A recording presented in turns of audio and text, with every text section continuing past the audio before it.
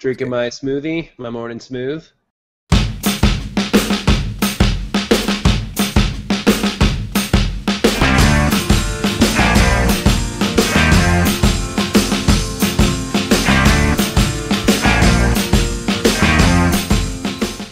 Hello and welcome to another episode of SyrupCast for the week of July 1st.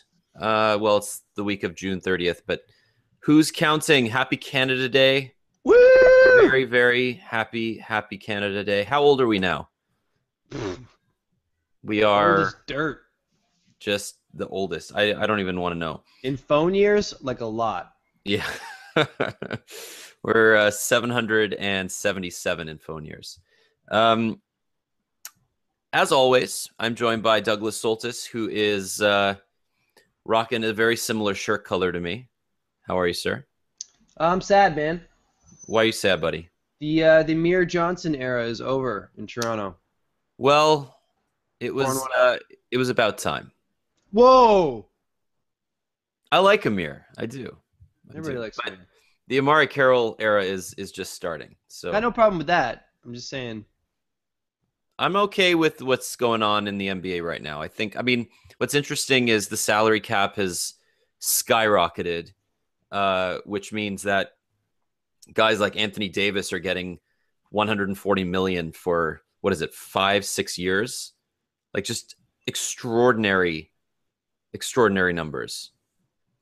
And that will only continue once more players free up and get signed. What are you looking for in the Raptors this year? Anything crazy? Less sucking. No, that's not an answer. I'm looking for an offensive and defensive identity which they adhere to, and stick with. I'm looking for a system and less freelancing. Less aimless DeRozan shots. I like to see more DeRozan corner threes, less of the others. Yeah, agreed. He's got a bit of a J.R. Smith thing where, like, if he thinks he's on, he's just, like, shooting all the time. Don't discredit him.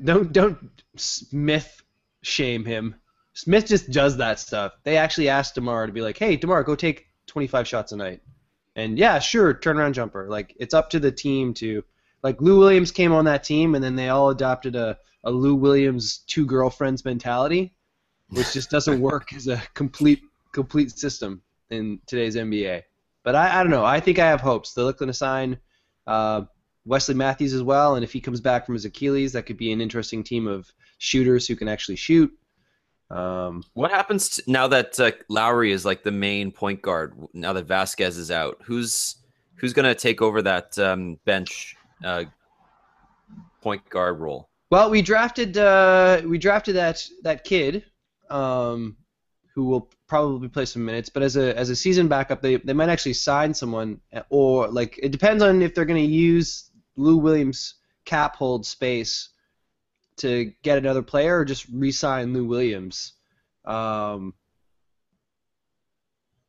I don't know. You might see them kind of just try to get like a middling level contract at the end of the season and to fill up that backup. Because Grievous wasn't really playing that much last year anyways. Yeah, fair enough. All right, well, now that we've if you're still listening, we should probably talk about mobile. And now we shall start with the history of Canada. The year was 1867. No. All right. Yeah, it was. So this is actually a good segue because a lot of Canadians for Canada Day are getting the hell out and they're going elsewhere. They're roaming on the plains. Streets are empty. We're the only ones working today. Doing it for the pod. Sure. Even though that HOV lane is killing everybody who's a driver in Toronto. Mm-hmm. We hate you, Pan Am Games. We hate you. Strong take.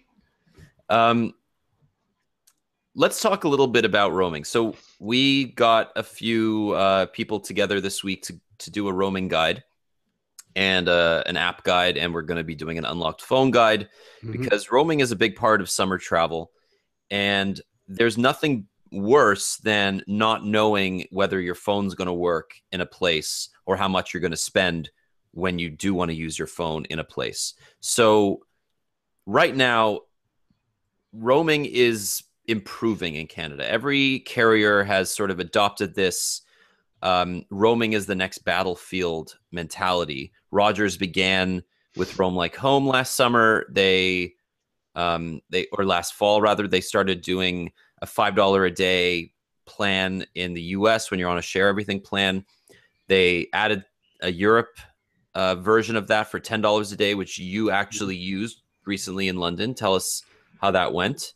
Well, so the process was pretty painless of just like kind of showing up, and then they're like, "Hey, roam like home, son, on this." But the functional experience it was okay, but it wasn't the best. I was on O2 for the duration of my stay in London, and was locked in on 3G the whole time. So it was enough for connectivity, but had I really needed, data, it would have been troublesome. Yeah, so they don't have an LTE agreement with any of the carriers in Europe yet. And I think that's mainly because LTE isn't as popular in Europe as it is in North America. The rollouts are much slower. There are LTE networks in the UK. O2 actually has an LTE network, as far as I know. All four, or now three, carriers have LTE networks in the UK, but I think that a lot of people still rely on 3G, and it's got to be a lot cheaper for Rogers to make roaming agreements on 3G en masse, right? Because they've got 35 countries or so in Europe that they've made agreements with. So I don't think you'll see LTE roaming in Europe in anytime soon. But I was traveling in Germany in 2013, and I went into an MVNO. It's a reseller essentially of one of the bigger networks there, and I bought a €20 SIM card, which gave me unlimited talk, text, and 1 gig of data for it was 15 or €20. And the 3G service there was pretty good. I mean, I'm also very familiar with the 3G networks in the UK. I've been there a few times in the last few years. They're also pretty good. Like, there's nothing, and I think Canadians take this for granted, but you really don't get the same quality of service and network in other countries as you do in Canada. It just doesn't happen. Yeah, and there was actually a weird experience that I was having, and I don't know if it was just because I don't know. Okay, I'll just explain it to you, and then we can break it down, because there's a lot of factors that could be working in this. Where I found that when I was on O2's 3G, apps that would normally function with kind of persistent connectivity would really not be connected and pulling data until I was in them and using them in a way that, say, just wouldn't happen here because I'm on LTE, or I'm not really sure. Like applications like Slack, or I'm trying to think, even like Twitter, like it almost as if I had no data connection until I was in the app, and then it realized that it should be checking. And I don't know if that's something that is like an iOS developer thing to like save on pulling if you're on 3G, or if it was like a weird network thing. Just I don't know what was going on, but it was a very different experience having to go in and make sure that people saw, like, say, my Slack communications with the team, rather than having them know that I'm there and available. Yeah, I just expect that that's because the background polling that developers are allowed to do is dependent on connectivity, and like iOS is very limited in the way that it allows developers to check things in the background. Mm-hmm. So it waits until there's your CPU is idle and you have sufficient network speeds in order to pull these apps in the background. And if they're not responding fast enough, then it just shuts it down, right? So what you have in Canada is this seamless experience where you open an app and it loads much more quickly because it's already gotten a little bit of data from before, like it's already updated part. Like you'll see that in Twitter, for example, when you open the Twitter app on iOS, you won't even though you may not have opened the app for like 5 or 6 hours, you'll have a little bit more content than the last time Yeah, you opened even it. if it's the while you were away kind of thing. But yeah, so in Slack, I was watching myself and then the reason why I noticed was that I was going into Slack, which had been open, just going back into the app, and noticing that I was set to offline and going online, like getting a connection. Like my message bar was yellowed out, and then watching it connect for me to be there, and it was an experience that I had never had before. But I would say I paid $10 a day for 4 days to basically have the ability to receive notifications on my phone, which is okay, and like upload some wedding photos to Instagram. Right. It was painless. It was slightly more expensive than I wanted, but overall enough. Yeah, so $10 a day doesn't sound like that much, but 4 days, like $40 for 40 days. Sorry, $40 for 4 days is not cheap, right? Yeah. Now that being said, I So think if there's a cap too, right? So if I had stayed for 2 more days, I'm only paying. I think it was like up to $50 is what I would pay, right, or something. no, it's $100, It's up to but 100. Okay. after 7 days they cut you off. So or after 7 days they stop charging you, um, which is actually quite generous. So basically, because they're not allowed to charge you more than $100 excess roaming fees, they just cut you off after 7 days, I believe. Um, I could be wrong about that. Let me just check. Um, let's talk a little bit about the kind of scope of roaming. So all these countries are sorry, let me just go back. It says only pay up to a max of 10 days per monthly bill. Mm-hmm. So obviously, in the US and Europe, you're only allowed to pay a max of $100 roaming, but Rogers is just saying, okay, you after you spend $100 on this, we're just going to let you continue. Yeah. Um, which is just a matter of adhering to the wireless code of conduct, but that's still quite a good deal. So the wireless industry in Canada has gone through a lot of change over the past 2 or 3 years, but one of the biggest is the fact that it's a lot easier to know how much money you're going to spend on roaming. And when you look at the deals that you get from not Rogers, because Rogers has this Roam Like Home plan that's fairly basic to understand, but Bell and Telus, which are the other biggest, two biggest providers in Canada, still have these like piecemeal bundles where, if you're going for 3 days, you spend and you only need 150 megabytes of data, you spend this much. And if you're going for 7 days and you only need 300 megs of data, you spend this much, and blah, blah, blah. But I think that that's also going to change. I think that they're incentivized now to find these deals and these better deals with AT&T and T-Mobile in the States. And it's still prohibitively expensive to roam elsewhere in most parts of the world. We looked at companies like MTS and SaskTel who aren't even trying to compete. They're basically just, putting their hand in the water and saying, oh, no, that's way too hot. Like, I Yeah. can't even touch that. So, SaskTel, for example, offers a monthly rate in order to discount your roaming data. Like, it's not even a roaming data package. It's just like you can spend $25 a month to make roaming data 10 cents a megabyte. Like, Yeesh. that's crazy. Yeah, it's So, basically because they have no real system in place to deal with this, right? And I think the benefit of the Roam Like Home thing was that I had peace of mind that there was no way I could screw this up. Like, I right. wasn't coming back home to sticker shock. It's not just they don't have a system in place. They don't have any leverage. So the whole idea of roaming is that it's in order to make it financially feasible for both companies involved, you need a reciprocal agreement. You need Rogers and AT&T to say, we're going to roam on one another's networks. Otherwise, it makes no sense for me to offer you a discount to access my network. Rogers is a big enough player, especially since Guy Lawrence has a relationship with Vodafone, because he was the CEO of Vodafone Europe for Vodafone UK, and before that he was CEO of Vodafone, I want to say Holland. Hmm. So he knows Vodafone in the UK. That's obviously one of the, or he knows Vodafone in Europe. That's obviously one of the major roaming partners throughout the continent.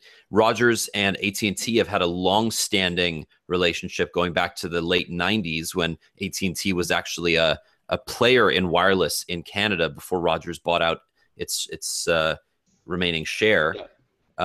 So Rogers used to be called Rogers AT&T with the wireless portion. So they've had a long-standing relationship. They both offer LTE roaming. Whenever I go down to the States now, and I use my Roam Like Home plan, AT&T's LTE is much, much faster than T-Mobile's in some parts of the country, but it's just got a better network. So you won't have these brown spots where you'll get like edge on T-Mobile the way that, you will in some parts of the country. Like if I'm in San Francisco, for example, T-Mobile is often faster in some parts, but good thing about Roam Like Home is that you'll switch between the networks depending on which has a better signal. Yeah, you're just getting a smooth service throughout. Yeah.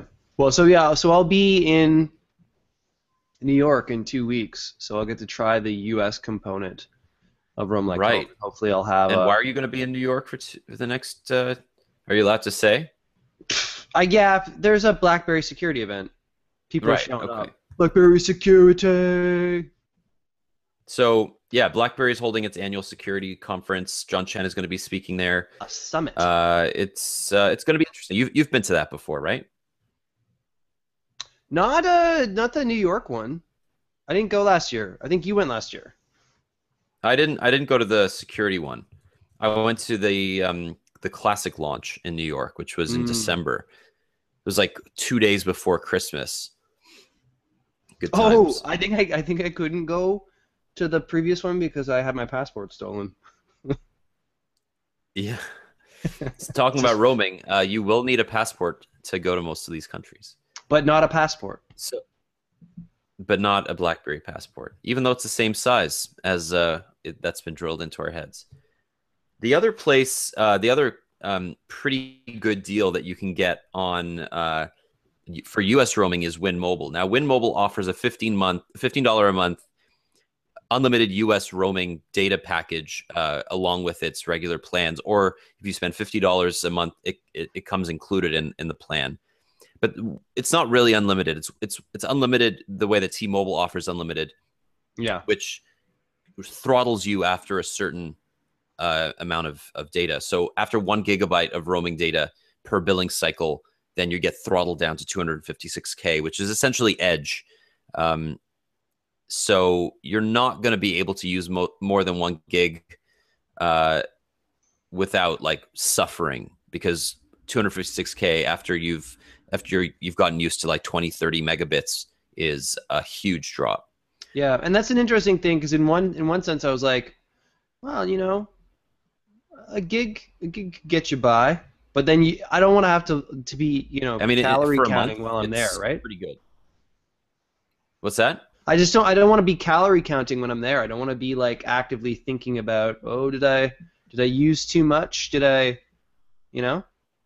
Well, I mean, that's why Roam Like Home makes so much sense, because all you have to do is just think about your monthly data cap for your Canadian plan. Yeah. And then use it like you would back in Canada. The difference is that Roam Like Home, it's tricky because Guy Lawrence, when he launched Roam Like Home Europe, he admitted that Canadians use more data per day while they're roaming than they do at home, because you don't know where all the Wi-Fis are. You don't have the same sort of like work-life balance where you know how to connect to Wi-Fi. You're constantly using your phone for things like maps, Instagram. I mean, people use their phones while they're roaming more because they want to enjoy being a tourist, and it's so much easier to use your phone to do things when you're probably a tourist. Uploading a lot of photos as well. Like I was uploading, like on 3G, uploading as many photos as I could of the blessed wedding event. Exactly. So, I mean, that's something to keep in mind too. Is I roamed a lot in May and June, and I got hit with like I think it was like 2.5 gigabytes of overages Oof. because I used my phone so much while I was abroad. So yeah, check out that roaming guide if you haven't already. It's a pretty good overview. But I wanted to talk a little bit about unlocked phones too, because that's something that a lot of Canadians are becoming more aware of. And we've spoken about this a little on the pod before. But the Asus Zenfone 2 just got released. It's a $379 phone. I would ignore the $299 version, or $249 rather. It's a little bit slower. It doesn't have the same amount of memory. I would go with the $379 version. It's got more longevity. It's got 4 gigs of RAM, 64 gigs of storage, and a much faster Intel chip.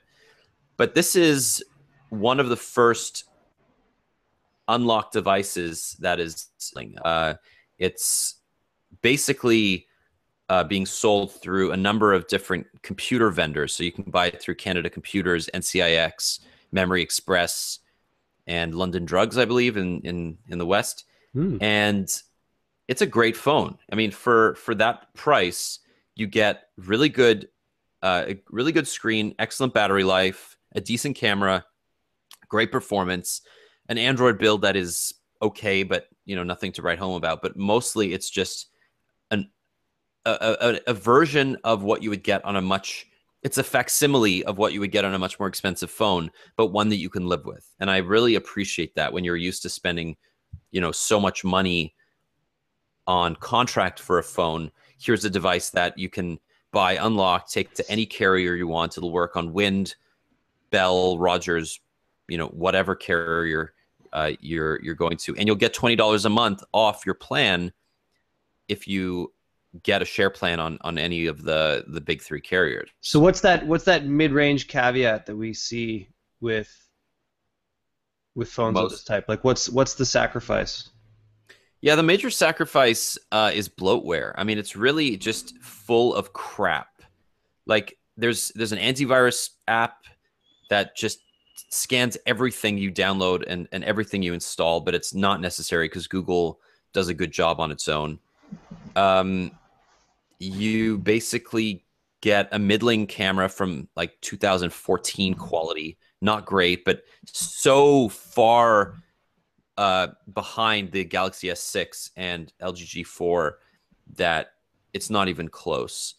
You get this sort of hybrid.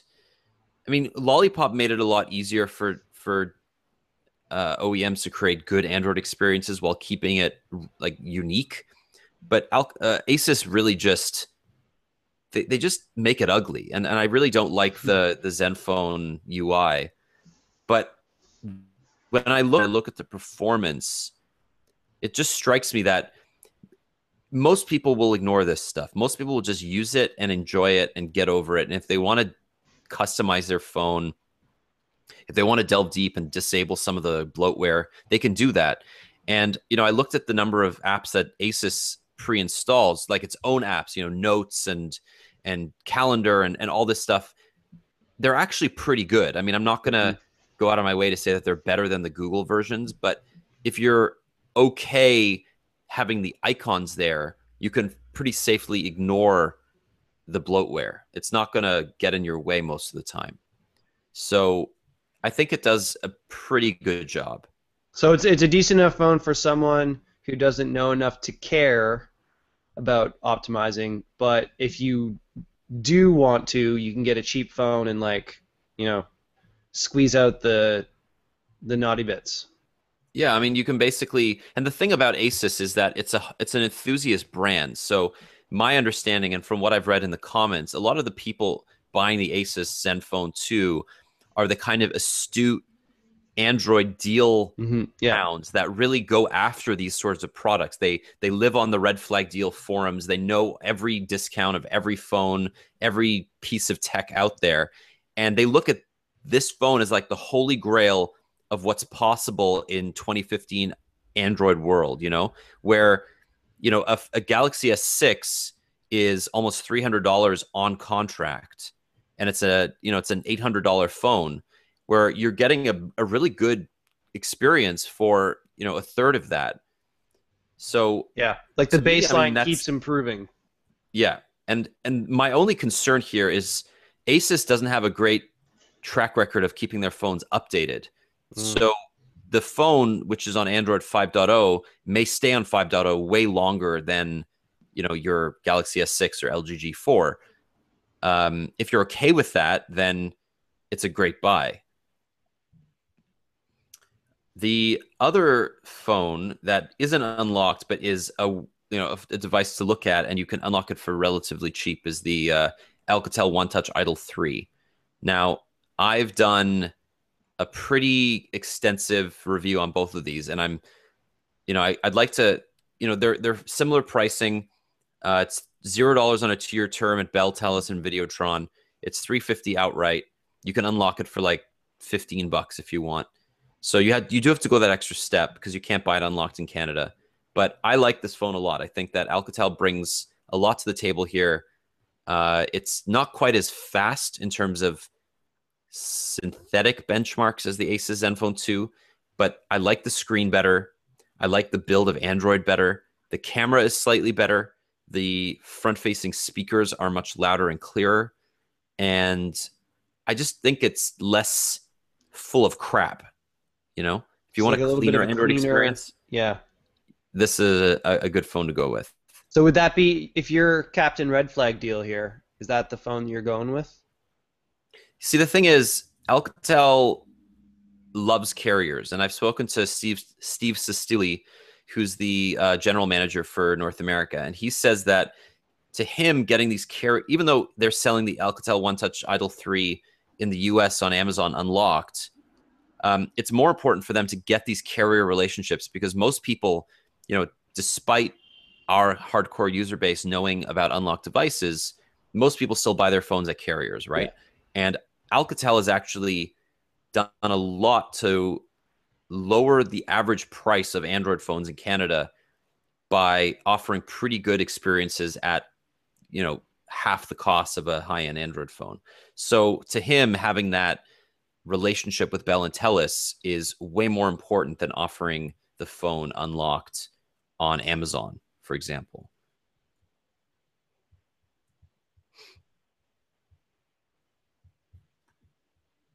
But for some reason, the phone is not up on the Telus site yet. So, Canada Day, man. Give those guys a break. I was supposed to get there on June 30th. Lemurs are taking holidays. Yeah, I guess so. They got to sleep too at some point. So, I mean, there's a lot of really good choice here. But I just want to say, I picked up a Galaxy S6 over the weekend. Over the weekend. And I've been using it on and off for a few days now, after not using it for about 2 months. And I have to say that it is still way, way, way faster than any Android phone I've ever used. And AnonTech did a super detailed teardown of the Exynos chip inside the Galaxy S6. And Samsung's got their stuff together. I mean, 2-3 years ago, the Exynos project seemed like a bit of a crapshoot. Like it was an experiment on Samsung's part to sort of leverage its manufacturing and vertical integration capabilities to, take some of the heat off Qualcomm from, having to produce all these chips for its devices. Mm-hmm. But the Galaxy S6 is a fantastic product, and it's a really well-rounded product. And Android 5.1 is coming out for the device in the US right now. So we should be getting it, I hope, shortly in Canada. I'm just checking the Rogers OS upgrade list to see if it's going to get anything. Yeah, it says coming soon, Android 5.1.1 on the Edge and the Galaxy S6 and S6 Edge. So hopefully we'll see that relatively soon. But if you still want the best Android phone out there, even compared to the LG G4, I do think that the Galaxy S6 is still the one to go with. Yeah, there's a lot of benefits to making your own stuff. Yeah. It's true. And I know, I mean, Samsung gets a, a bad rap, but like I'm looking at this, like uh the white version of the phone, and it is just really, really nice. I won't lie. Um, it's just it feels good, man. Like I don't know what to tell you. It feels good. And I downloaded this material skin. Now they allow themes now. Samsung has a theme store, and there's a material theme that you can download that skins the whole OS, and it's really, really nice. I have to admit. Is it a theme, or are they just taking off their skin of Android? No, it's a theme. Okay. So everything that Samsung touched, like the no, like the notification bar, the the things like the phone app, for example, gets the nice material redesign, colors. Doesn't look exactly like a Nexus phone, but enough that my eyes are sufficiently tricked, and I feel good about it. Um, so yeah, I mean that's kind of what I've been looking at right now. Uh, let's talk a little bit about Apple Music. I think that that we can't really not talk about it. It's the Well, no, one. before we talk about that, listen, we were talking about just these OEMs were working on building their own stuff. Should we want to talk about the Sony news first? Because I think that ties in directly, right? Oh, this $4 billion share release for Sony sensors. Yeah. So before we talk about anything else, Sony just got into, well, they've been in image sensors in a major way, but for many years, but they are coming off one of I'd say their biggest couple of quarters for sensors, especially with the Galaxy S6 getting the new IMX 240 sensor. Now, Samsung has for a long time been using Sony sensors. So has Apple, even though it's never come out and said it. But going back to devices like the Alcatel One Touch, Sony is basically providing these image sensors for mid to high end devices, and the brand name is finally being used as a differentiator.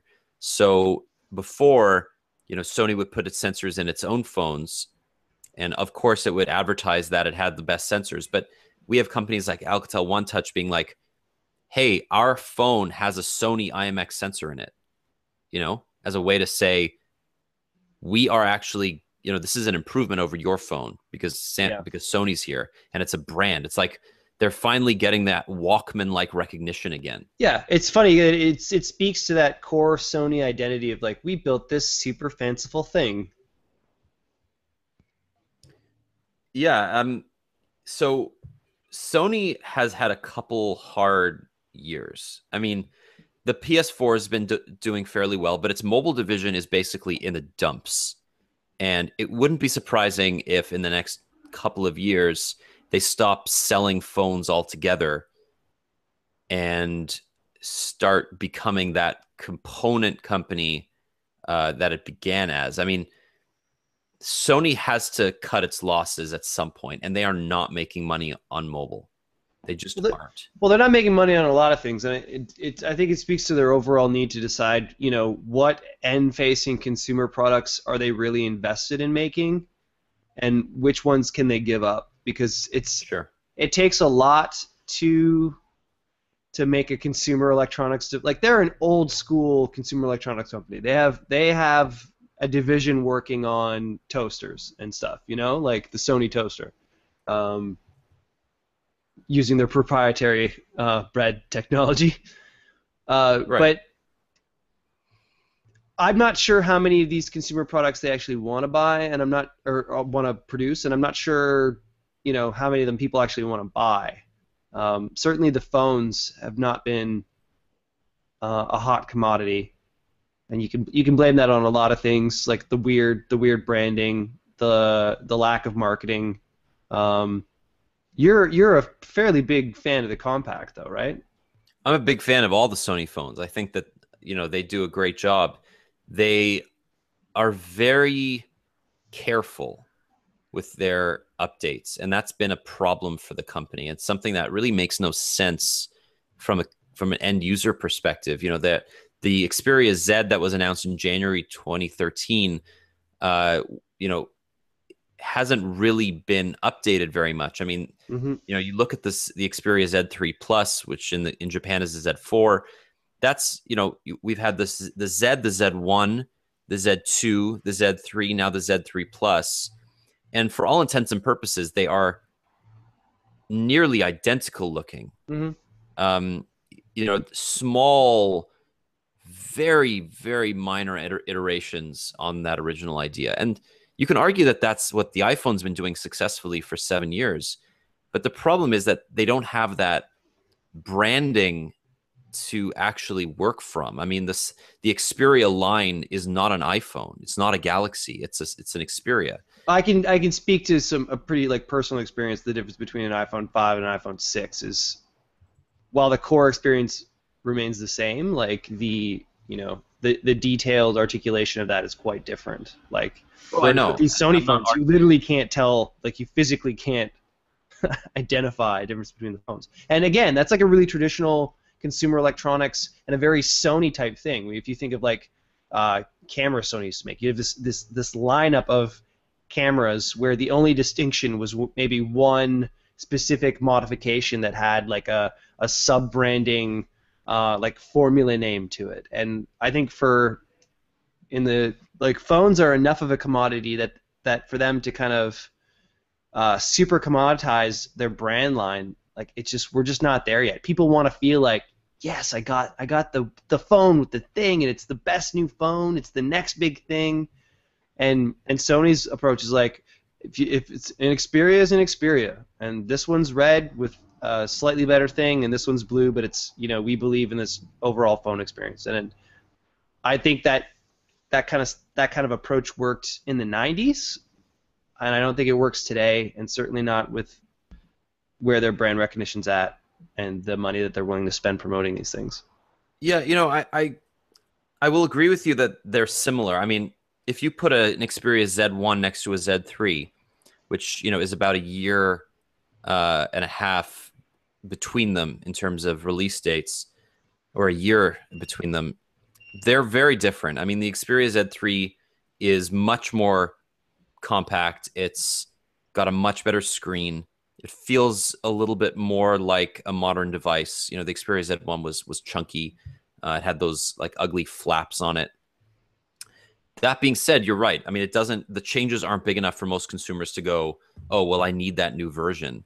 And it doesn't have the legacy user base for people to go, well, my Z1 is getting long in the tooth. I'm going to go with it. I'm going to like look forward to the next Sony product. Yeah, I've had this new Xperia for a while. I'm going to get another Xperia, like replacing like a camera or a TV.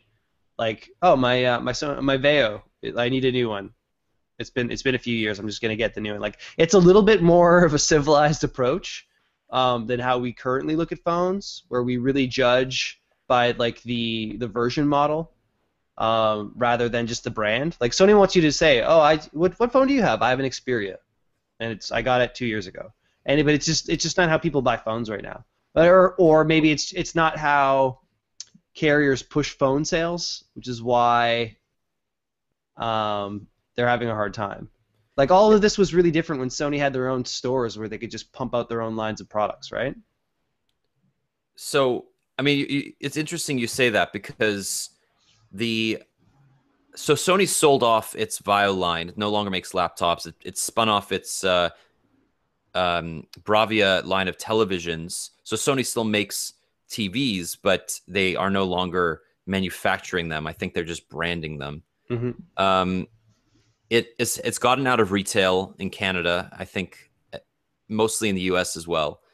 It's definitely streamlining. I mean, it knows what it's good at. It's good at cameras, it's good at gaming, and it is good at components of mobile stuff. Mm-hmm. And that's what it's going to continue focusing on.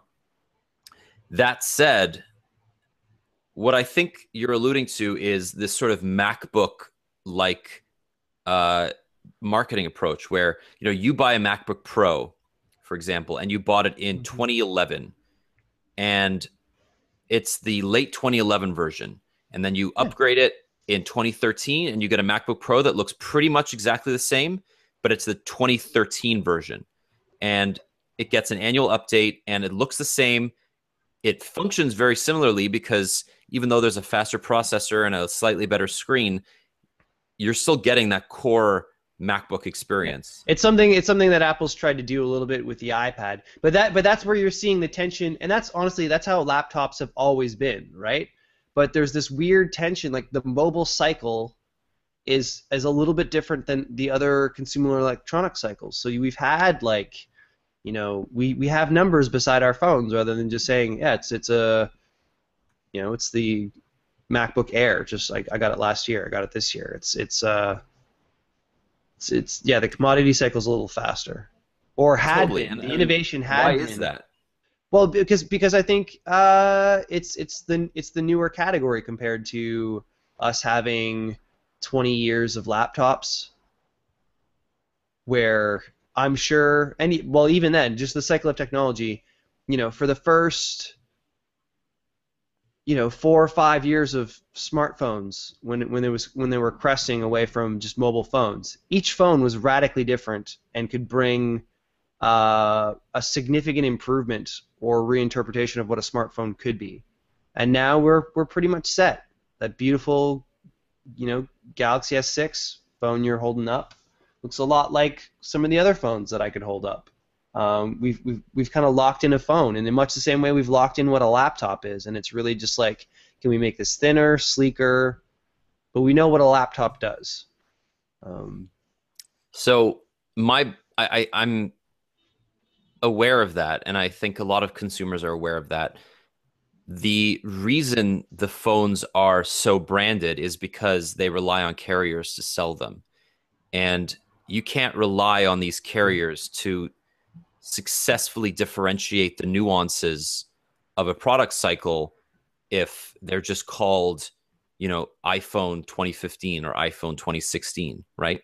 You Mm-hmm. have to have these distinctive naming differentiations, similar to the way that we differentiate based on spec. The iPhone 5S was Siri. It was Touch ID. Um, these were the things that stood out. Or sorry, the iPhone 4S was Siri. The iPhone 5S was Touch ID. These are marketable qualities to the products that Apple uses. Samsung has that 16 megapixel camera in the GS6. Like, it uses these Yeah, but very specific things. it's more than marketing though, because beyond their marketing, because if you look at like Best Buy or other retailers that sell the different types of electronics, they're still pushing the same lines. It's just people buy at a certain cycle. For some reason, people want a new phone every year, and they don't want a new laptop every year, or a new They TV every year, or a new tablet. Like, ever. Once you got a tablet, you're kind of good with a tablet. but why is So that? It's because of the product cycle. It's because of the subsidy cycle. In North America, we are addicted to subsidy. yeah, And when your phone can be replaced every 2 years for $200, yes, that is not a great investment. yes. If we were all just going to buy the newest $800 phone, we would be way less enthused about. I completely agree. And if laptops were subsidized, like, holy shit, would I be getting a new MacBook Air every year? Because But that's the point, because your MacBook doesn't have a monthly service contract associated with it. yeah, If we did it the way that Europeans did it, and the cost over the lifespan of a product was compared, if they spend £700 for a phone up front and 700 pounds. £25 per month on their service plan, Yeah, over a 2 year span, they're spending far less than Canadians who, for some reason, need to spend little on their phone and $100 a month on their monthly plan. yeah. I'm just saying. All of these things we're identifying are correct. They're just tied into each other now, such that you can't really fully pull out one thread. It's part of it's cultural, part of it's logistical, part of it's technological, right? And all of these things have Yeah. related to the kind of system that we have. where Sony just doing its Sony thing, Sony doing its Sony thing hasn't worked in the macro sense for a while, but in the micro sense, it really doesn't work with phones, especially if you're not going to spend, Samsung money promoting this shit. So people are like, "Whoa, Xperia, nice." Like Yeah, and the Sony's James stores Bond did a phone decent job of doesn't that. make enough. And not having the retail experience. I mean, think about how important it is for Apple to have its retail stores, or for Samsung and Microsoft to have those kind of sub stores within Best Buy. I mean, Microsoft has its own stores now. Samsung has this partnership with Best Buy where you can go to a dedicated micro store Mm-hmm. within a Best Buy all over Canada and the US. Yeah. And And that makes Sony it, had that. The experience was great. yeah, Like it did, but it wasn't making any money. yeah. You know, Again, these things come in. There are components to success, and you kind of need a lot of them for it to happen. Totally. Um, yeah, I think if you look at Sony's outlook, it's very different to HTC's because they're both floundering on the mobile side, but HTC is attempting to reinvent itself as a consumer kind of gadget company. They're releasing the Vive or the Vive later this year in partnership with Steam. They have or Valve Steam. They have a lot of they have a lot of hometown loyalty, but elsewhere HTC is dismissed in many ways, even though they also make great products, and they rely on these loyal users to build up its brand. They rely on these influencers. HTC loves getting these artists and dancers and painters and all these kinds of creative people in front of their One series and see what happens, right? Unfortunately, the One M9 has just completely disappointed on the camera side once again. But I mean, you can't overstate how important a camera is to the overall experience of a phone. So What's one thing that no manufacturer has ever really beaten Apple on, and that's the camera experience. And that's what Samsung has managed to do this time. I mean, Samsung's got a better camera than the iPhone 6 Plus in 80% of scenarios, right? Like in terms of overall fidelity and intelligence, the iPhone still has an advantage, right? It can see the disparate lighting conditions in a room. It can totally give you a great shot in these unpredictable scenarios. But Samsung's got a better sensor.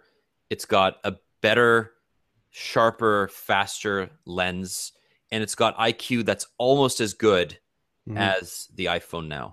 Yeah, I remember us going in and just comparing shot for shot and seeing, two great photos, but like almost two different artistic interpretations of the same subject, kind of thing. Yeah. Just the way that they would make different choices.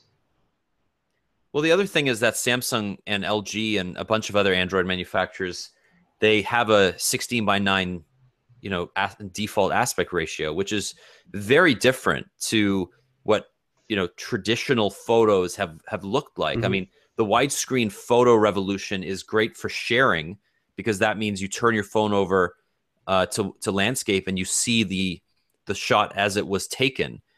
But it's a much more epic landscape-friendly aspect ratio, right? 4:3 or 3:2 is much better for portraits. You could frame a person in a 3:2. 1:1. So I took what? Let's not be crazy now. No. I took what was universally recognized amongst my fellow wedding guests as some of the best wedding photos at the wedding I was just at. And you know how I shot them? I shot them with the square photo preset on my iPhone 6 because I knew that those things were going straight to Instagram to be shared, right? So if I could get something that fit in that box, like I was doing the insta capturing and the framing in a way that it wasn't just like, oh, I caught the subject properly, like I framed the photo properly. Right. Um, Yeah, I mean that totally makes sense. But it's also, it's not what most people would do, I think. well, but no, but it's a difference in intention, right? So which is why Samsung's like, hey, you can get everything in this photo because we're bigger. Can't do that with an iPhone 6. And then iPhone's like, look at these beautiful photos you can shoot. Like it's Right. not like about capturing all the information. It's about showing what you want to show.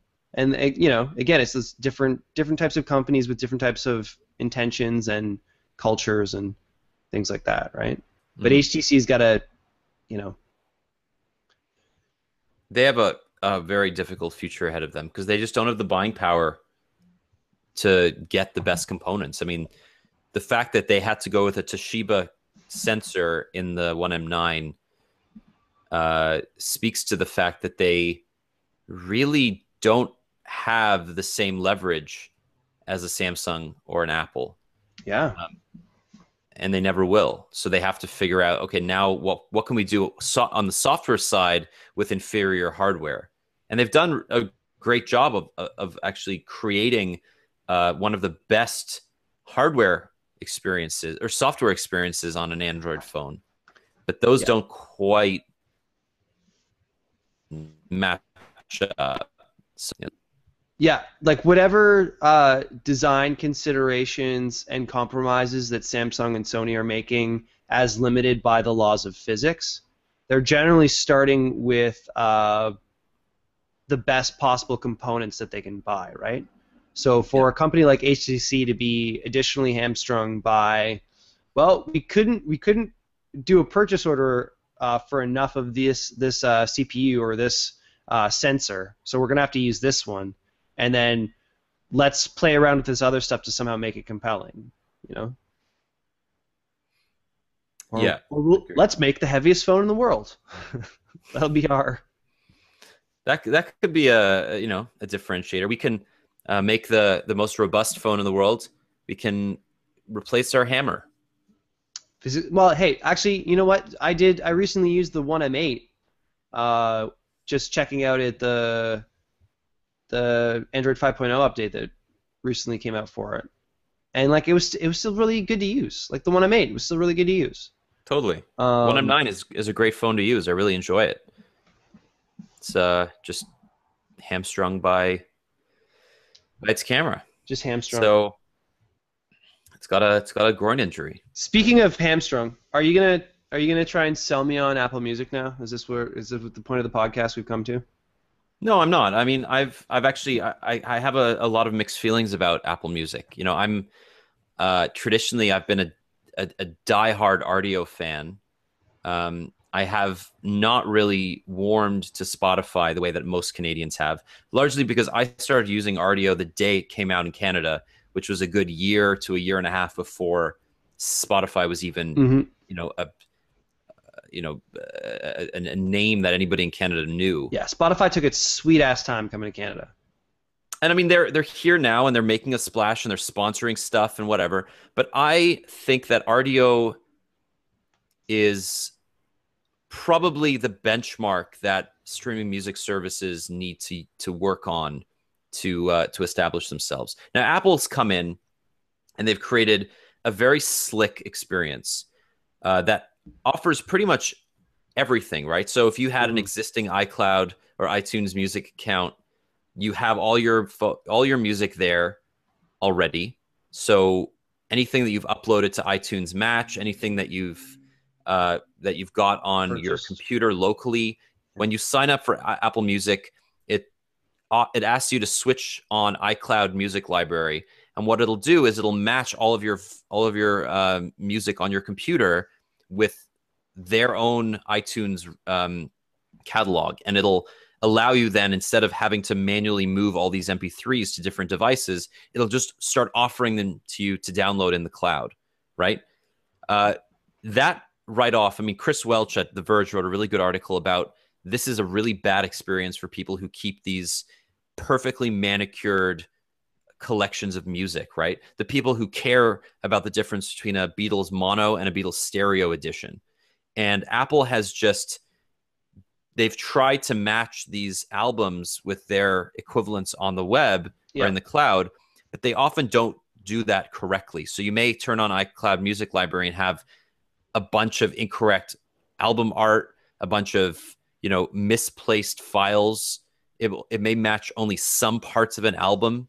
Yeah. So you'll get different metadata depending on whether it matched, you know, a few songs of the album or an entire album. Yeah. Well, I saw a hot tweet take yesterday. I can't remember who it was, so sorry, no tweet credit. But it's like, you know,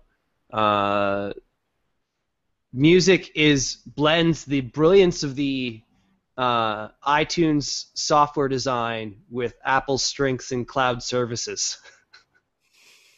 You're like, ooh. So I wouldn't go that far. I think it is better than I thought it would be.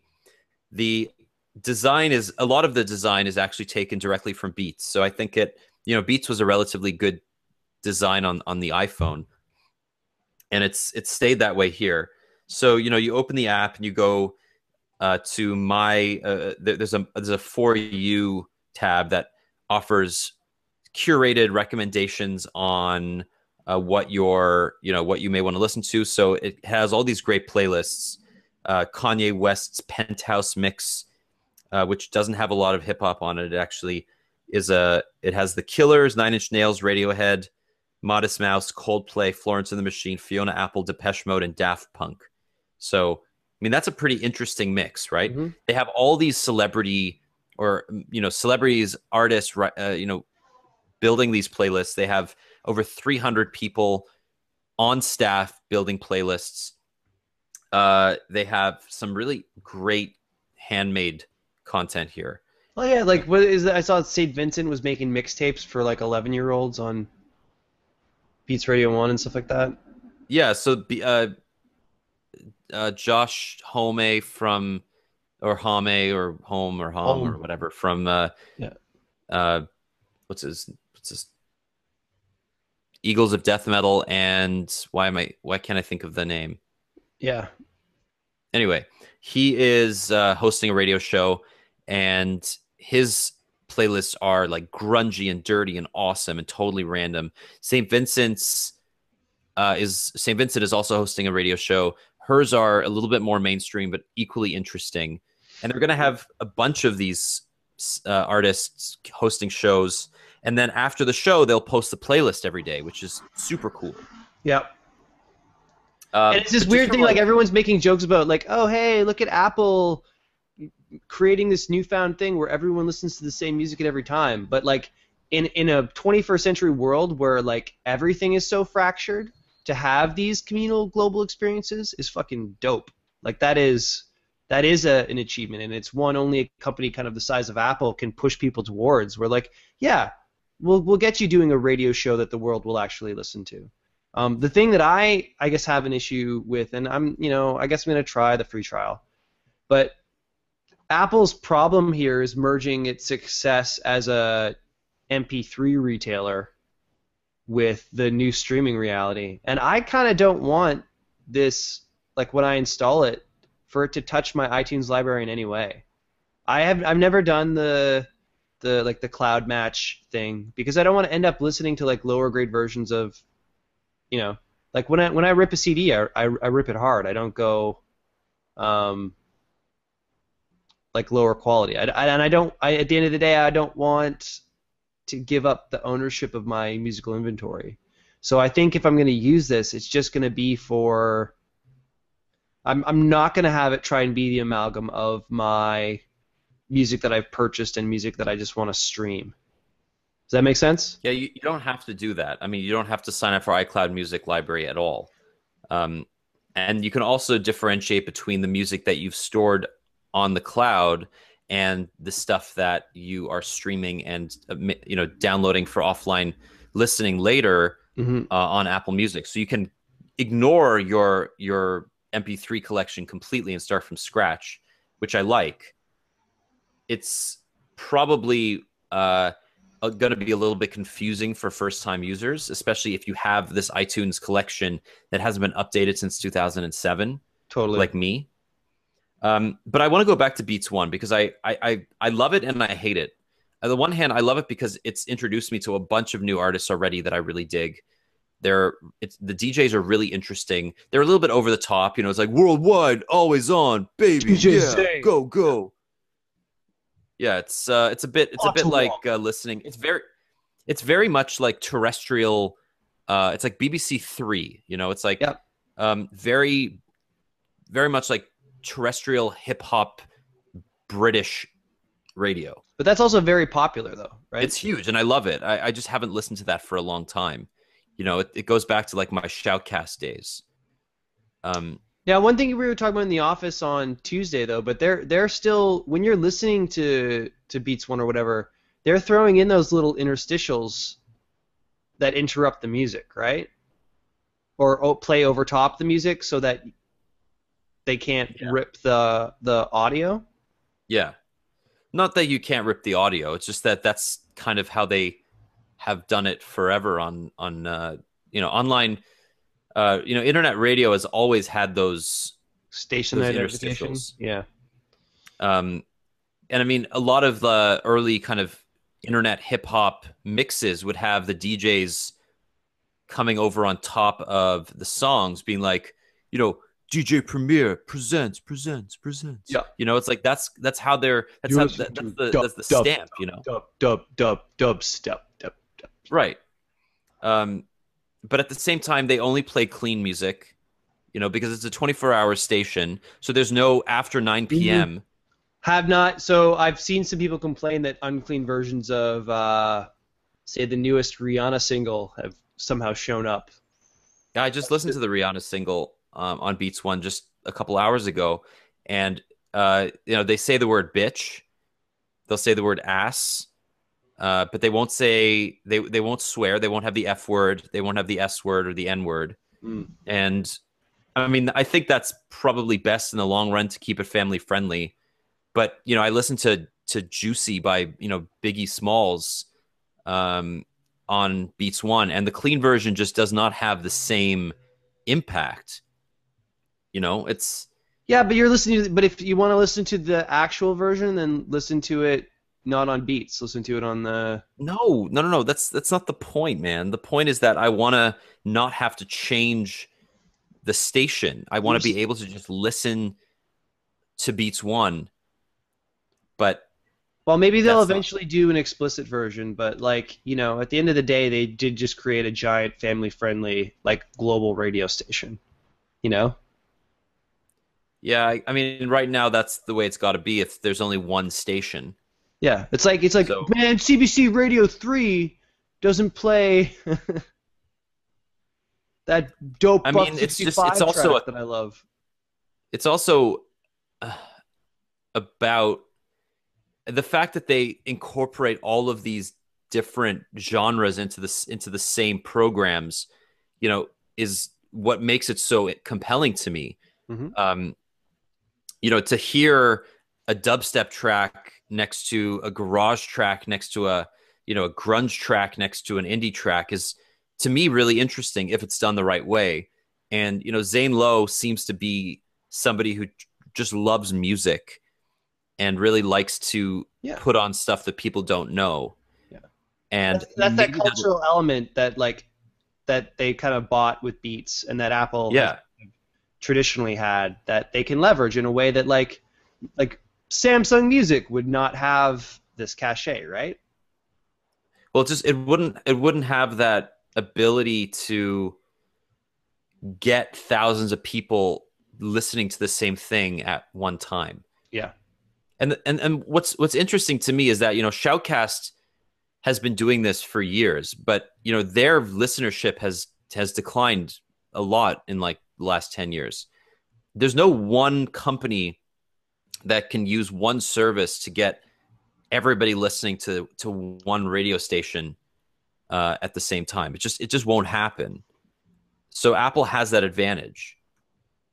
Well, yeah, and I was just thinking, kind of as everyone's like, oh man, I'm canceling my Spotify account now. I'm doing this, and I'm like, it used to be that building an app that was the feature of someone else's product was a really dumb idea. Like you don't build an app that is essentially a feature of an OS, because it essentially, like Apple or Android or whatever, will just do their own version of that and replace you.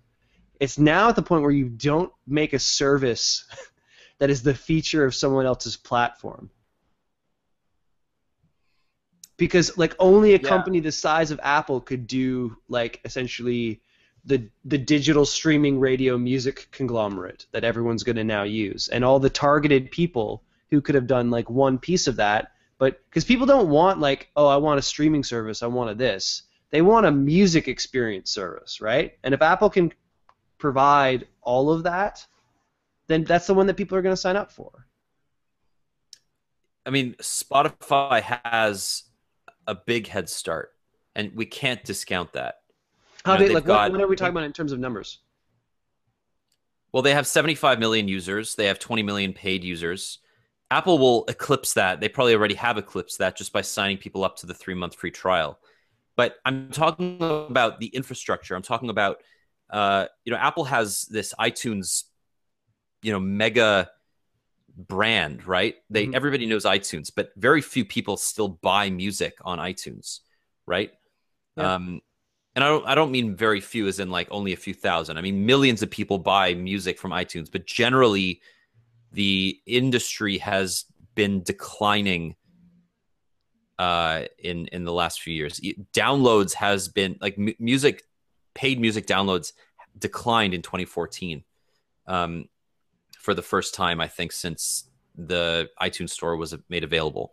So the only growth sector in music is streaming, and Apple came to it a little bit late, like they usually do, but they came to it with a pretty robust product. The difference is that there are so many other good products out there, and as somebody who's sampled all of them, you're not getting a particularly much better experience on Apple Music than you are on Spotify or Rdio. I mean, the social element of Apple Music is basically non-existent.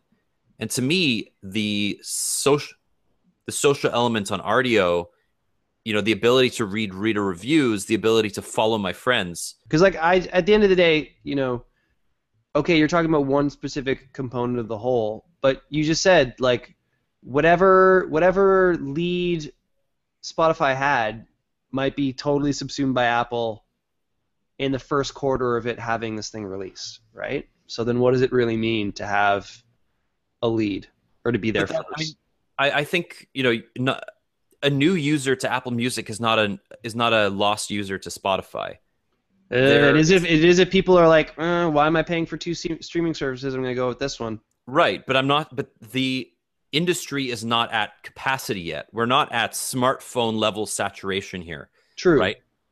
We're at a level now where, this is a growth market. People are going to be transitioning from buying tracks on iTunes or even, more likely stealing to adopting this streaming mentality. And I think Spotify has room to grow within the world of Apple Music. It can continue to differentiate using, as it announced a few weeks ago, it's going to video content. It's partnering with Comedy Central to host clips of various shows like Broad City. It's got a fitness element that Apple does not have. So it does have a head start, but it is going to be difficult for Spotify to maintain its momentum. And more importantly, it's going to be really hard for companies like Deezer, like Rdio especially. Rdio has been struggling, and I don't know if Rdio is going to last. As much as I love it, I think that these smaller streaming services are going to go up against, these beasts. And we didn't even mention Google Play, right? Google Play is enormous. I mean, yeah.